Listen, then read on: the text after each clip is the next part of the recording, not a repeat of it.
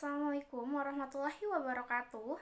Bertemu lagi bersama saya Nina Fujiana. Di video kali ini saya akan membahas tugas belajar di luar kelas hari keempat. Berikut saya akan menjawab pertanyaan-pertanyaan tentang hasil observasi kelas yang dilakukan. Baik, langsung saja kita ke pertanyaannya terkait pengamatan terhadap motivator. Pertama, bagaimana cara motivator menyapa dan menyambut murid? Nah, di sini sebelum memulai belajar atau melakukan kegiatan belajar itu, motivator harus menyapa dan menyambut anak-anak atau muridnya terlebih dahulu, yaitu caranya seperti memberi ucapan selamat pagi atau siang. Kemudian dengan cara menyapanya seperti, "Halo kakak, sudah makan belum? Sudah minum susu belum?" Seperti itu. Kedua, bagaimana cara motivator memulai kegiatan bimbel interview?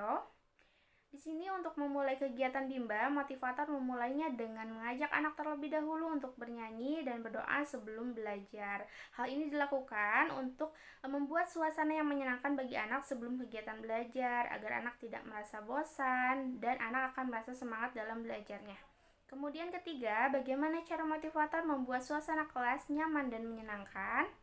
Nah, motivator harus berusaha membuat suasana kelas yang nyaman dan menyenangkan, yaitu dengan cara motivator melakukan atau mengajak murid-muridnya untuk berdialog, bercerita, bernyanyi, berdongeng, atau juga bisa sebagai motivator kita tanyakan terlebih dahulu pada anak tentang hal-hal apa yang mereka ingin dan sukai agar anak tidak merasa bosan. Selanjutnya ke pertanyaan keempat, bagaimana cara motivator mengajak anak berdialog? Dalam mengajak anak berdialog itu, sebagai motivator harus selalu bisa mencairkan suasana atau selalu fun learning dalam kelas.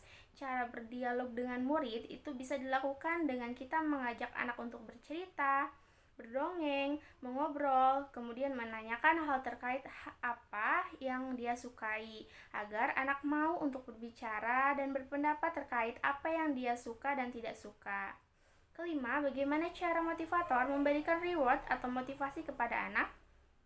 Nah, di sini reward atau motivasi diberikan agar anak senang, semangat, dan antusias agar bisa mengulang kembali apa yang telah diajarkan.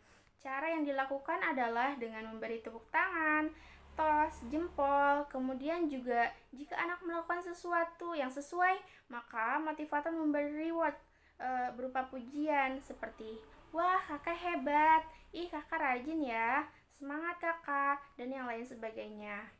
Kemudian keenam, kapan motivator memberikan reward atau motivasi kepada anak? Nah, di sini dalam memberikan reward atau motivasi kepada anak, motivator dapat memberikannya kapan saja, yaitu seperti ketika anak sudah selesai belajar, maka kita berikan reward atau motivasi atau apresiasi kepada anak, yaitu berupa tos, tepuk tangan, jempol, pujian, dan lain sebagainya. Ketujuh, bagaimana ekspresi, sikap, dan penampilan motivator selama kegiatan bimbel? Sebagai motivator itu harus selalu tersenyum, menjaga sikap, dan berpenampilan menarik agar anak merasa nyaman ketika bersama kita. Kedelapan, apa yang dilakukan oleh motivator agar murid tidak merasa bosan? Nah, di sini agar anak tidak merasa bosan, sebagai motivator kita harus inisiatif dengan memberikan kegiatan selingan pada anak, yaitu memberikan kegiatan atau hal yang anak sukai. Contohnya seperti bernyanyi, bermain game, dan lain sebagainya. Hal ini kan dilakukan agar anak tidak merasa bosan dan terkesan malas atau lesu, tidak bersemangat. Nah, maka sebagai motivator kita harus bisa mencairkan suasana dengan metode variation skill. Kesembilan, apakah motivator mengarahkan dan membimbing murid melakukan kegiatan bermain baca-bacaan secara berbarengan?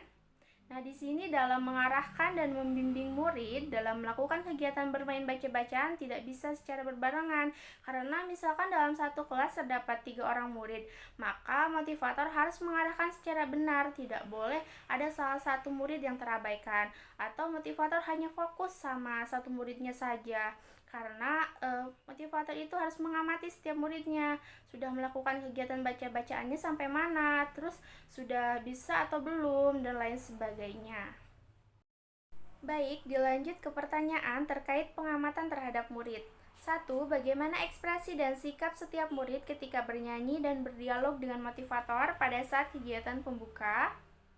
Nah, di sini ada ekspresi dan sikap yang ditunjukkan oleh setiap murid ketika bernyanyi dan berdialog dengan motivator pada saat kegiatan pembuka, yaitu seperti mereka sangat berceria, kemudian semangat, antusias, kemudian mereka juga menyanyi dengan suara yang lantang, dan lain sebagainya. Kedua, apakah ada murid yang terlihat murung, tidak ceria, dan tidak bersemangat selama kegiatan Bimba? Nah, sejauh ini, dalam pengamatan terhadap murid, belum terlihat murid yang menunjukkan sikap murung, tidak ceria, dan tidak bersemangat selama kegiatan bermain sambil belajar berlangsung. Justru, murid-murid sangat senang dan aktif serta ceria dan bersemangat dalam proses kegiatannya. Dilanjut ke pertanyaan ketiga, bagaimana ekspresi dan sikap setiap murid ketika bermain baca-bacaan dan bermain modul dengan motivator pada saat kegiatan inti? Nah, di sini ekspresi dan sikap setiap murid ketika bermain baca-bacaan dan bermain modul bersama motivator itu sangat bersemangat sekali. Kemudian murid-murid sangat mudah untuk diarahkan dan mereka sangat senang sekali ketika bagian bermain modul. Kemudian dari segi respon juga murid itu sangat aktif sekali. Bisa ditanya, mereka langsung tanggap, tidak diam dan langsung merespon seperti itu. Keempat, apakah murid mau dan senang melakukan kegiatan yang diberikan oleh motivator? Nah, di sini ya, semua murid mau dan senang melakukan kegiatan yang diberikan oleh motivator. Bahkan mereka itu sangat bersemangat dan aktif sekali dalam kegiatan bermain sambil belajarnya. Kelima, apakah ada murid yang merasa kesulitan atau tidak mampu ketika melakukan kegiatan yang diberikan oleh motivator? Sejauh ini tidak ada murid yang merasa kesulitan dan tidak mampu ketika melakukan kegiatan yang diberikan oleh motivator. Murid-murid dapat diarahkan dengan baik. Dilanjut ke pertanyaan kelima, apakah ada murid yang merasa kesulitan atau tidak mampu ketika melakukan kegiatan yang diberikan oleh motivator? Nah, sejauh ini tidak ada murid yang merasa kesulitan dan tidak mampu ketika melakukan kegiatan yang diberikan oleh motivator. Murid-murid dapat diarahkan dengan baik. Pertanyaan keenam, jelaskan karakter masing-masing murid yang telah diamati. Terkait karakter masing-masing murid yang saya amati, yaitu pertama ada Rizky Firdaus. Rizky itu anaknya mudi, kemudian dia sangat rajin, sangat bersemangat dalam belajar, dan dia tidak suka dalam bernyanyi. Kemudian juga yang kedua ada Abizar.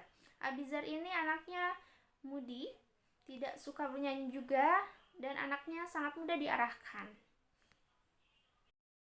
Baik, kita lanjut ke pertanyaan terkait pengamatan terhadap suasana kelas. Pertama, jelaskan bagaimana suasana kelas yang diciptakan oleh motivator dan dirasakan oleh motivator magang ketika observasi. Dalam suasana kelas yang saya rasakan sebagai motivator magang, ketika observasi saya merasakan suasana kelas yang aman dan nyaman, baik itu dari motivator dan muridnya. Nah, di sini sebagai motivator bersifat sangat baik sekali, kemudian bersemangat dan nyaman sekali dalam menciptakan suasana belajar yang baik. Kedua, apakah ada pemaksaan atau kekerasan yang dialami oleh murid dan dilakukan oleh siapa serta bagaimana bentuk pemaksaan atau kekerasan terjadi? Nah, di sini dalam kegiatan kelas tidak ada pemaksaan atau kekerasan yang dialami oleh murid.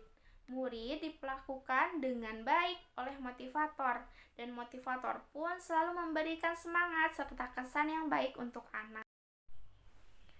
Baik, kita lanjut ke pertanyaan terkait pengamatan terhadap kegiatan di dalam kelas. Pertama, apa yang dilakukan motivator dan murid ketika kegiatan pembuka? Nah, pada kegiatan pembuka ini yang dilakukan oleh motivator terhadap muridnya yaitu menyapa murid dengan ucapan salam, kemudian menyapanya dengan say hi, lalu menyapa dengan berupa dialog atau pertanyaan seperti sudah makan belum, sudah mandi belum, sudah minum susu belum, seperti itu. Kemudian selanjutnya dalam kegiatan pembuka ini motivator mengajak anak untuk melakukan kegiatan bernyanyi dan berdoa sebelum belajar. Pertanyaan kedua, apa yang dilakukan oleh motivator dan murid ketika kegiatan inti?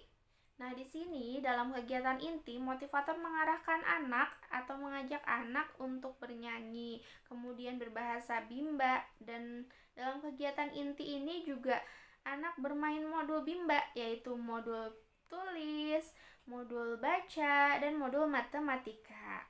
Seperti itu. Selain itu juga ada kotak permainan kata yang berisi kertas kosong, kemudian anak akan menulis kata atau kalimat yang diperintahkan oleh motivator. Ketiga, jelaskan mengenai kegiatan utama atau kegiatan prioritas yang paling banyak dilakukan oleh murid pada saat kegiatan inti. Nah, mengenai kegiatan utama atau kegiatan prioritas yang paling banyak dilakukan oleh murid pada kegiatan inti adalah setelah anak melakukan kegiatan baca-bacaan, berhitung, tarik garis, dan lain-lain. Itu selain itu juga dilakukan dengan variation skill pada anak. Contohnya seperti anak diminta untuk membuat kalimat pada kertas kosong, yaitu cara membuat kalimatnya misalnya dari kata apel. Nah, anak diminta untuk membuat kalimat, contohnya apel itu rasanya manis, seperti itu. Keempat, apa yang dilakukan oleh motivator dan murid ketika kegiatan penutup? Nah, dalam kegiatan penutup ini, motivator dan murid bersama-sama melakukan kegiatan doa sesudah belajar. Kemudian, setelah berdoa, sebelum menutup video, motivator tidak lupa mengingatkan untuk pertemuan berikutnya. Lalu, motivator juga mengucapkan terima kasih kepada ibundanya yang telah menemani anaknya dalam kegiatan belajar bersama Bimba. Kemudian setelah itu menutup videonya dengan melambaikan tangan seperti dadah, kemudian selesai. Kelima, berapa lama durasi kegiatan Bimba interview yang diterapkan oleh murid? Di sini lama durasi dalam kegiatan Bimba interview yaitu selama 40 menit. 30 menit untuk kegiatan inti dan sisanya 10 menit untuk motivator melakukan evaluasi pada anak. Baik, itulah jawaban dari saya terkait hasil observasi kelas. Saya cukupkan sekian, mohon maaf bila ada salah kata. Dan saya juga ingin mohon maaf atas keterlambatan dalam membuat video karena satu dan lain hal. Terima kasih. Wassalamualaikum warahmatullahi wabarakatuh.